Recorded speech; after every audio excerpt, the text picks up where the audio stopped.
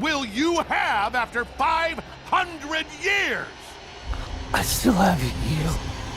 Everyone craves for heroes, symbols of hope, courage, and strength. Omni-Man checks every box. He's powerful, fast, and principled. But heroes aren't always what they seem. What if the hero we trusted the most was never on our side to begin with? A betrayal so big, it doesn't just shock us, it redefines everything we thought we knew. Is he a villain? What the hell is going on? That's what makes Omni-Man such a masterclass in writing a twist villain. And to find out how he was written, we have to go back and break down what made him so unique. From the moment we first see him, Omni-Man is introduced as everything you'd want in a superhero. Overwhelming strength, blinding speeds, and a calming presence that towered over the citizens.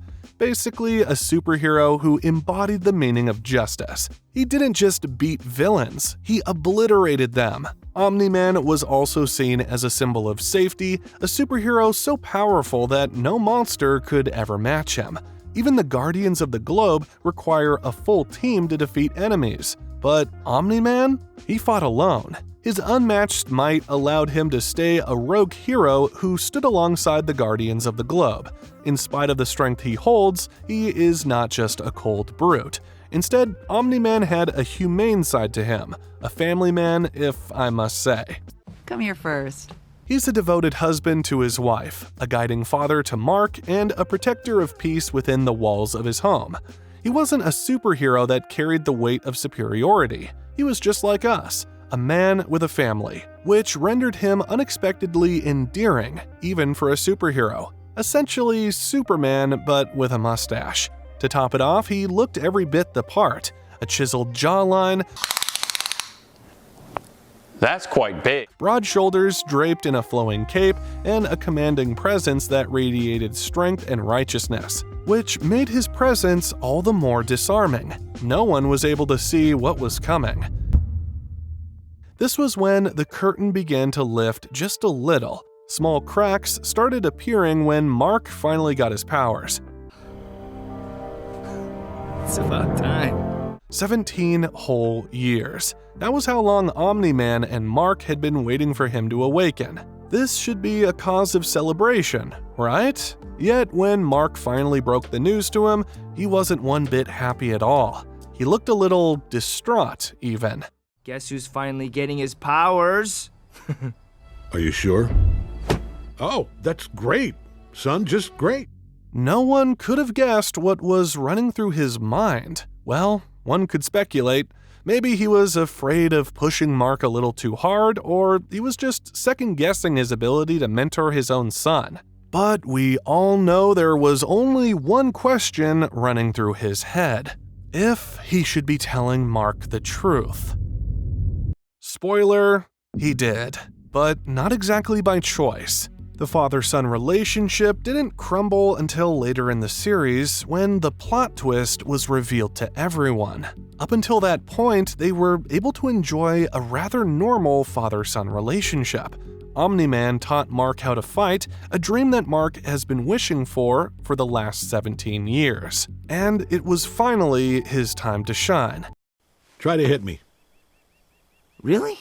But it takes so much more than just passion to be a good superhero. Good. But try it a little more like this. One has to possess raw strength and the brains to utilize strategies that would maximize one's power. Use your whole body. You can punch with your arm, but if you punch with your shoulder, your hips, and your legs as well, it'll be much more powerful. Other than fighting, one had to learn the art of mobility, and Omni-Man might have just the key to flying. Hey, you don't want to fall, so you're gonna have trouble relaxing. It's kind of like peeing your pants on purpose. But none of this would matter if his father didn't pass down the one defining trait of a hero: for Mark to have the right mindset. It's natural to doubt yourself, but if you can push through that and do what needs to be done, you'll do just fine. It looks like a normal superhero show progression. The son gains power, and the dad is here to teach him. But when we examine the quiet red flags Omni-Man was showing, we discover that the secrets might have been hiding in plain sight. Mark was different. Thing is, you're different. You actually are invincible. Invincible? Viltrumite? Yeah, Omni-Man was dropping hints. The facade was beginning to wear thin. Omni-Man was actually playing the long game, following the plan Viltrum had drawn for him. We started to see his frustration while training Mark, subtly foreshadowing that Omni-Man was disappointed in his talents. You know, you have to be able to take a hit too. And there was always a slight unease he had around the other heroes, not out of respect, but because he didn't see them as equals. While the Guardians of the Globe fight together, he is always slightly apart from the group, almost as if he's just tolerating them. Nothing outright villainous until we were hit with this one twist.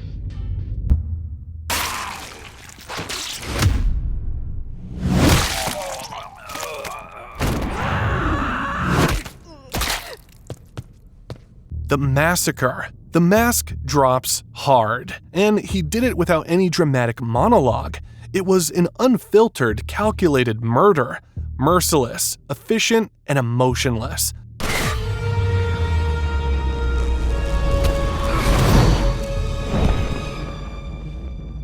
The lack of hesitation forced us to rethink everything we believed about Omni-Man.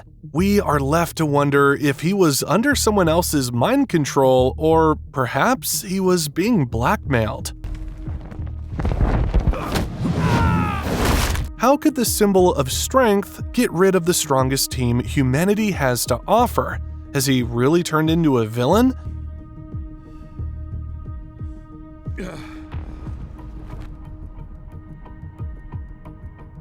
But there was only one question that popped into your head. Why was he doing this? It took us a whole season before he started sharing the truth with Mark. Omni-Man's planet, Viltrum, wasn't one that used its abilities to help lesser developed planets. A cool blue oasis alone in a solar system much like our own.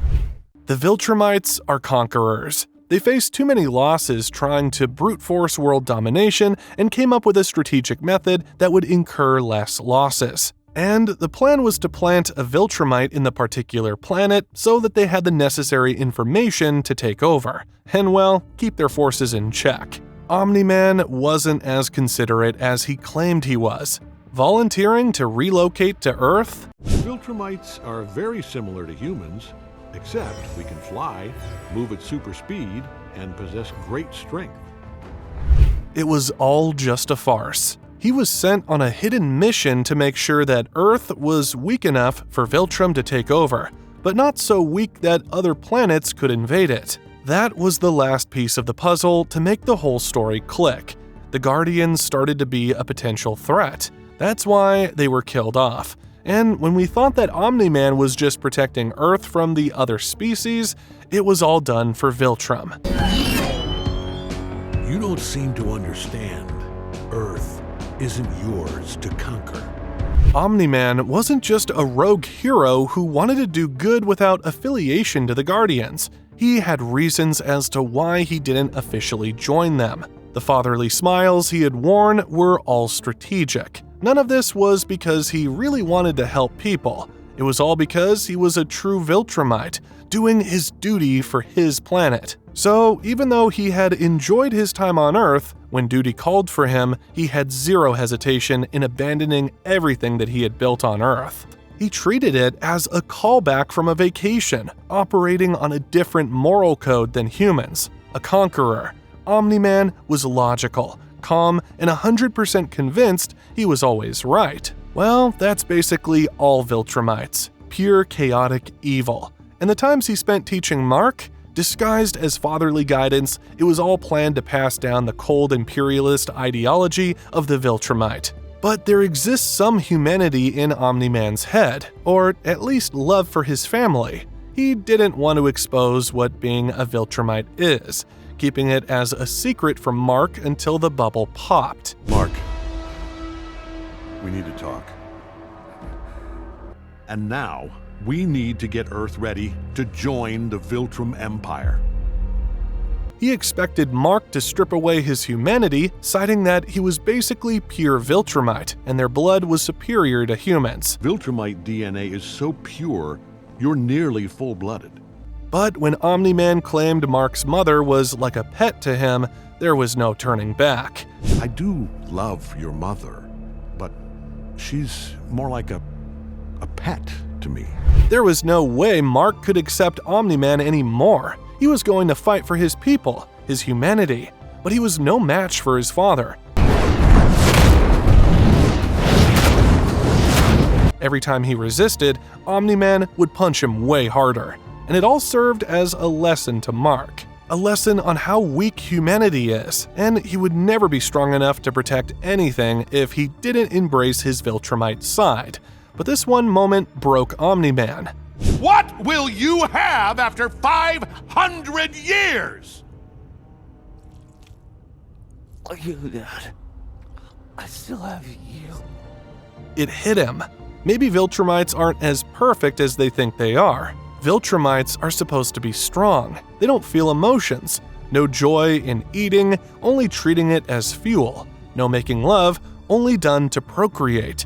Leisure time meant time that they could use to conquer. So how could Omni-Man feel empathy? For the first time in his life, he isn't the logical, calm Viltrumite.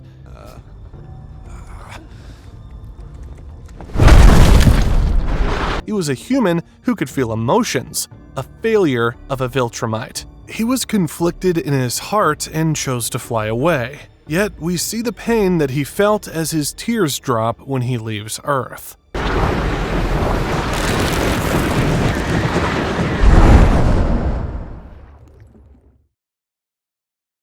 We might have just witnessed the first time Omni-Man had shed a tear. But Omni-Man is a calculative, morally detached Viltrumite that hides behind the mask of a loving father and devoted protector. His polished image only deepens the betrayal when his true intentions surface. The stoic manipulation, cultural superiority, and emotional repression bring about depth to his character. It's a complex fusion of charm and cruelty that makes him a terrifying twist villain. Let's break down how to build a character like Omni-Man step by step. Omni-Man was only able to become the perfect twist villain utilizing a setup that no other superhero series does. To reveal that Omni-Man is the villain in Episode 1, putting the viewers in the in group while every other character continues to view Omni-Man as the symbol of strength. We get a glimpse of how Omni-Man struggles with his Viltrumite conqueror side while juggling the human family that he has gotten attached to.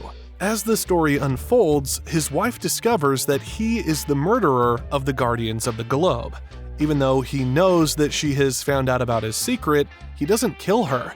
Yet when Damian Darkblood was ready to expose the truth about his murder, he had no hesitation in requesting Cecil to banish him back to hell. We get to view these tiny cracks as he starts to show a side that was more humane, adding so much more depth to his character. And it also gave a stronger impact when his mask was shattered. It was an aha moment that the viewers had known the entire series. But it all wouldn't have worked if Omni-Man was just a random villain. A key reason why we resonate so much with him is that he had an unshakable belief that he was doing something right. He wasn't just a random wolf in sheep's clothing that wanted to kill the Earth. Viltrumites had superior tech, healthcare, and basically everything. But we can help them. We can stop wars. Give them medical technology centuries ahead of what they have now. Viltrum was a planet that's a utopia when compared to Earth. He had no reason to think that Earth was any better, reinforcing his Viltrumite superiority. You can't even hate on Omni-Man. His betrayal wasn't an emotional one. It was one that was mission-driven and calculated. The Earth will probably be a better place if Viltrumites take over, even if humans don't want that to happen. A strong character, believing that love is a weakness. He was able to drop his family at the flip of a switch. The act of trying to strip Mark of his humanity might look bad on paper, but it was his way of protecting Mark. And it's almost symbolic. He wants to be right because he was starting to feel emotions. Every time he punched Mark, it was almost like he was punishing himself, that he shouldn't be feeling such emotions, rejecting the image of him that isn't the strong Viltrumite he thinks he is. Everything felt so much more personal to him. It's not about the planet anymore. He's starting to care. Telling Mark that he's basically full Viltrumite even though he was a half-breed might just be cope on his end. He doesn't want to admit that he cares for his human family. We watch him struggle as he gets a sense of self-identity. He came down to Earth for a mission, but he left with so much more. The most important part about Omni-Man, he isn't your typical all-powerful alien savior, where the villain inevitably gets beaten. Omni-Man flips the trope. Started out by being the ideal hero, but he was quickly revealed to be a conqueror in disguise, which is where the twist gets its real power. But what if we gave the perfect twist villain another twist? There are fewer than 50 pure-blooded Viltrumites left in the universe. It's also why we can beat them.